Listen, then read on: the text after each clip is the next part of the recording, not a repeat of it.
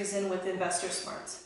So there's two ways to increase your cash flow every month, and that's either increasing your income or decreasing your expenses. So today we're going to talk about decreasing your expenses to make sure you have more cash flow every month.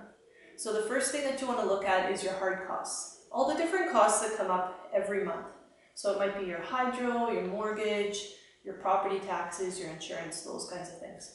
So if we think about your hydro, there's different ways that you can bring down your hydro expense. Now, if you have your rent set up where it's rent plus hydro and the tenant pays for that, it's not as critical. But if you've got hydro included, you really want to look at ways to decrease your hydro expense.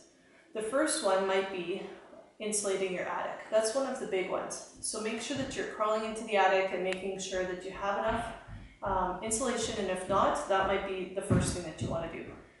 Secondly, you want to look at your mortgage. So can you refinance and bring that rate down? Does it make sense?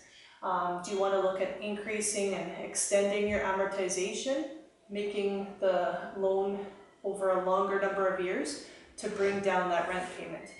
Now, that mortgage payment. Now again, you're not paying it off maybe as quickly, but month to month, maybe it makes sense, right?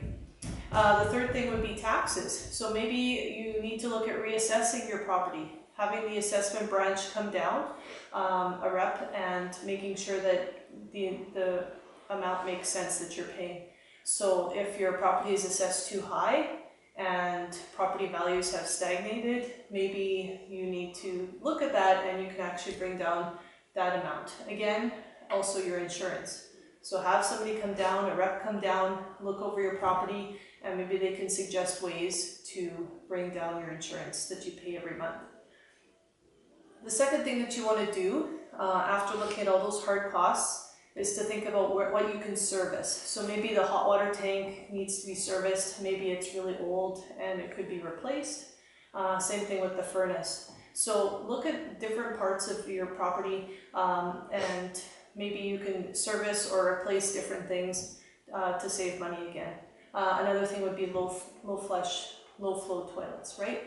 Stuff like that. So you want to inspect your property regularly and make sure that you can look for different ways to decrease expenses.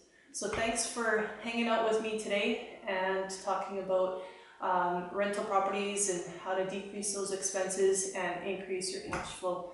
So join me again for more tips about how to invest smart.